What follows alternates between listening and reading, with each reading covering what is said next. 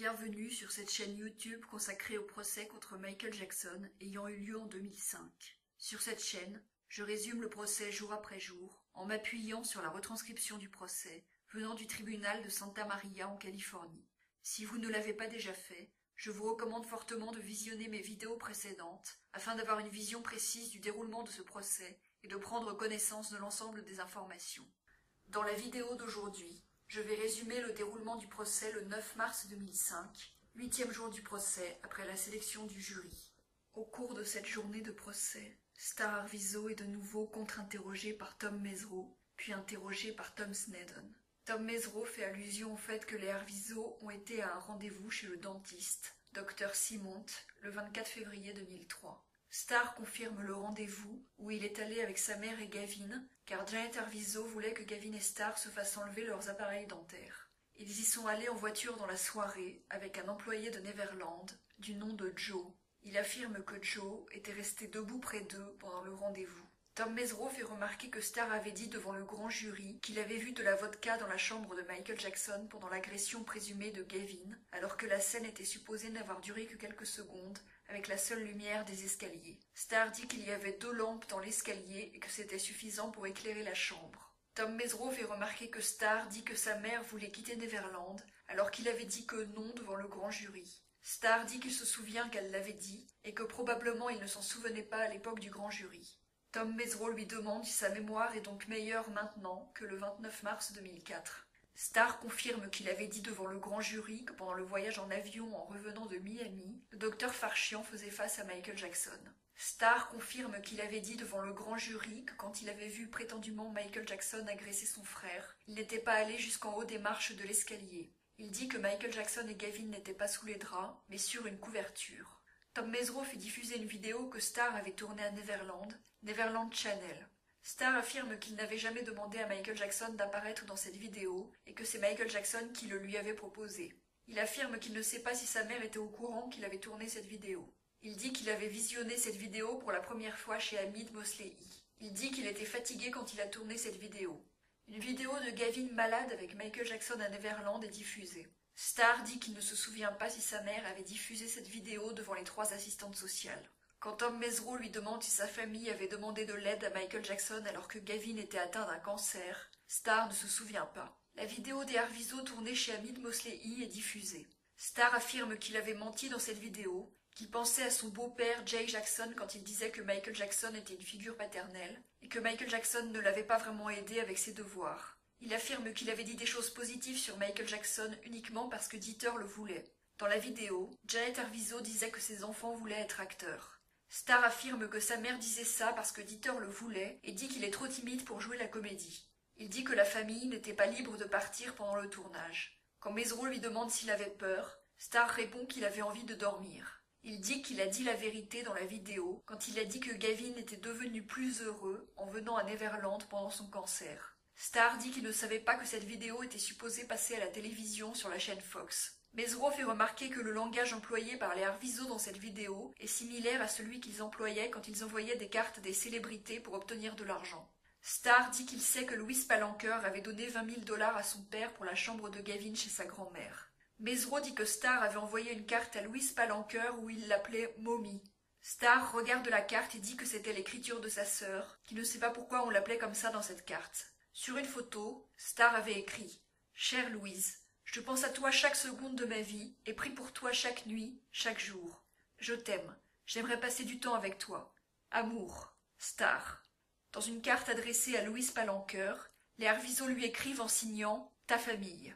Star affirme que seul son père cherchait à obtenir de l'argent de Louis Palanker, pas sa mère. Tom Sneddon reprend l'interrogatoire et pose des questions à Star sur la chambre de Michael Jackson et sur le reste de la maison. Star dit qu'il avait été dans la cuisine de Neverland pour y cuisiner parce qu'il aime ça, que c'est l'un de ses hobbies. Star affirme qu'une fois il avait vu Michael Jackson se rapprocher de Gavin dans le lit. Star affirme qu'il n'avait pas de difficulté à voir dans la pièce quand il avait prétendument surpris les agressions de son frère, alors que les lumières étaient éteintes dans la chambre et que les scènes étaient supposées n'avoir duré que quelques secondes, éclairées par la lumière de l'escalier. Il affirme qu'il avait vu de l'alcool sur la table de chevet. Tom Mesereau reprend le contre-interrogatoire et Star dit à Mesereau qu'il y avait 17 marches dans l'escalier de la chambre de Michael Jackson pour confirmer ce qu'il avait dit précédemment à Sneddon. Mesro lui demande si quelqu'un de l'accusation lui a donné cette information, et Star dit que non. Star dit qu'il a compté les marches et qu'il fait ça dans chaque maison où il va. Mesro lui demande si c'est son hobby. Mesro fait remarquer qu'il n'a jamais parlé de 17 marches devant la police ou le grand jury. Mesro lui demande combien il y a de marches menant à la chambre des enfants à Neverland, et Star dit qu'il n'a pas compté car les marches ne sont pas en ligne droite. Mesro fait remarquer que les Arvizo ont été surpris dans la ville de Los Olivos utilisant des quads par quelqu'un de Neverland, mais Star dit qu'ils n'ont jamais quitté le ranch. Mesro fait remarquer que Kiki, une employée de Neverland, avait dit à Star qu'il ne devait pas être dans la cuisine à Neverland et qu'il l'avait menacé avec un couteau, mais Star le nie. Mesro lit des extraits de la déposition de Star devant le grand jury. Star avait dit qu'il n'avait jamais vu Michael Jackson toucher le sexe de Gavin. Maintenant Star ajoute qu'il voulait dire « pas à table ». Mesro fait remarquer qu'il n'avait mentionné aucune table à l'époque, devant le grand jury ou dans les rapports de police. Star admet que c'est seulement maintenant qu'il parle de table. Star admet qu'il avait donné une description différente des agressions présumées devant Stanley Katz.